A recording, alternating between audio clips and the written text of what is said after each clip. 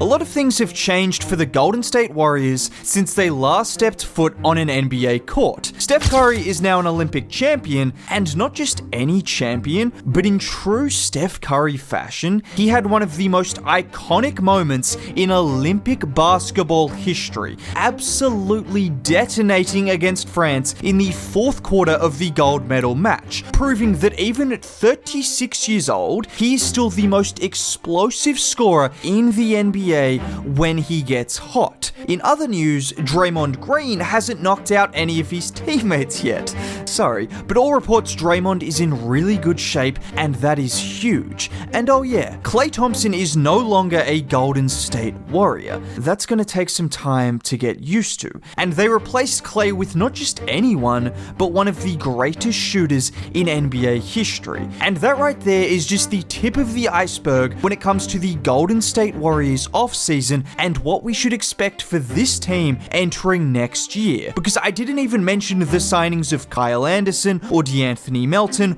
or the expectation this Warriors team has for Brandon Podziemski, including taking up to 10 three-pointers a game. Yes, you heard and read that correctly. And well, he did shoot 44% from 3 on 6 attempts per game in college, so it's not like he doesn't have a history of being a great shooter. 8 attempts a game, however, might be a little high, but I can see what the Warriors are trying to do. They are hoping that an aggressive version of Brandon Podziemski alongside the GOAT that is Steph Curry can provide the Dubs with enough shooting to then have the likes of Andrew Wiggins, Jonathan Kuminga, and Draymond Green around them. Because in theory, a lineup of Steph Curry, Brandon Podziemski, Andrew Wiggins, Jonathan Kuminga, and Draymond Green has a really good combination of playmaking, scoring, and defense. And it was only a small sample size, but in the 215 minutes those guys played together last season, the Dubs had a plus 14 net rating, ranking elite offensively and defensively. Yes, a small sample size, but if you can't see the potential of that lineup, you need some glasses. Because whilst you might look at that lineup and wonder who the second option is next to Steph Curry, you would be right, but I see 4 guys alongside Steph Curry who are all capable of putting the ball on the floor and either scoring or making plays for others. In the case of Draymond, mainly playmaking, but still, those are the kind of players that work alongside Steph, because they have an ability to adapt, which is the biggest skill you can have when playing alongside Steph Curry. And as far as having a second option, that's the hopes for Jonathan Kuminga, who is hoping to receive a max contract similar to the likes of Cade Cunningham, Scotty Barnes, and Franz Wagner. Well, it's pretty simple for JK. If he can perform at that level, then the Warriors would not only be willing to pay him a max, but it could be the difference between them having a good season and being a legitimate championship threat in the Western Conference. And I think it's easy to forget, but Jonathan Kuminga is 21 years old. That's a year younger than Zach Edey, who just got drafted 9th overall, and 2 years younger than Dalton Connect.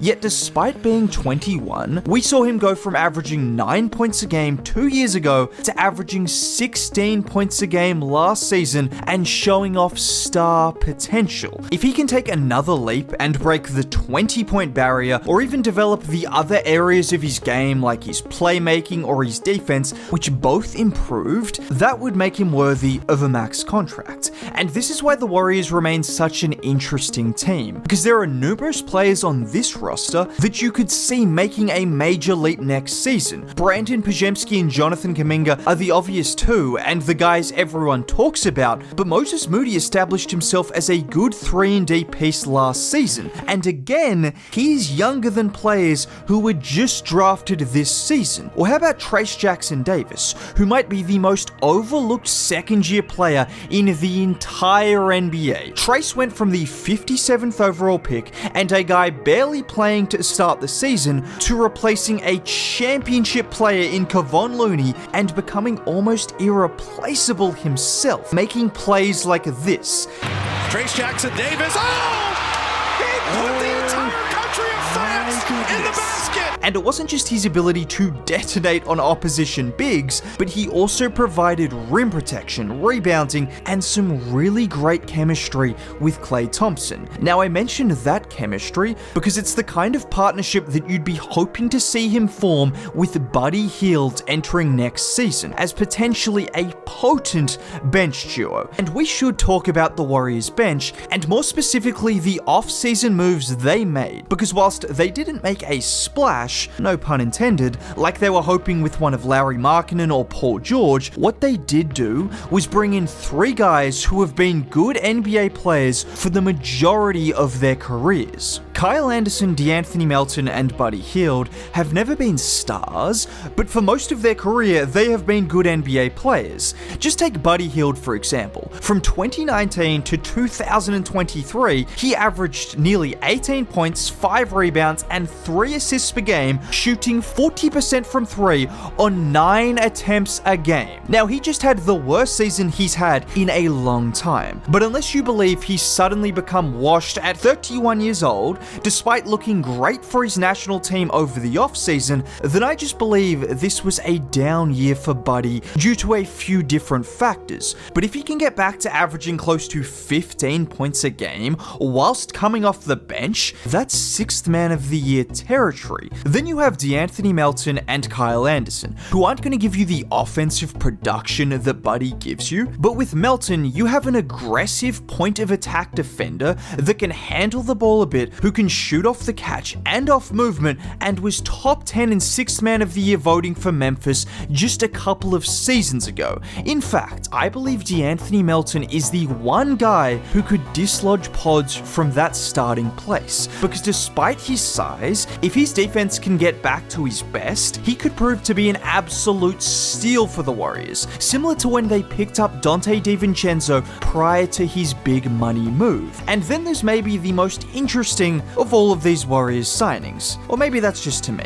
because Kyle Anderson moves like he's 70 years old, he can't shoot the ball, but everything else about his game is perfect for the Warriors. At 6'8", he can handle the ball, he can make plays on the defensive side of the floor, and he is a legitimate playmaker. Like here where he gets the pass from Ant, and look at that beautiful bounce pass back to Ant for the acrobatic finish. Or here where he flashes to the middle of the paint with the Blazers in a zone, and immediately throws the high entry pass to Gobert for the finish. This is the kind of guy who could thrive in the Warriors system as someone who knows how to screen, knows how to defend, and most importantly, will know how to put the likes of Steph Curry and Jonathan Kuminga in positions to score. Now, with all of this being said, there is one aspect of this Warriors team that hasn't changed, or should I say, 2 very special players, Stephen Curry and Draymond Green. And I will say this every single season, because until proven otherwise, whenever Steph Curry and Draymond Green share the floor, the Warriors aren't just good,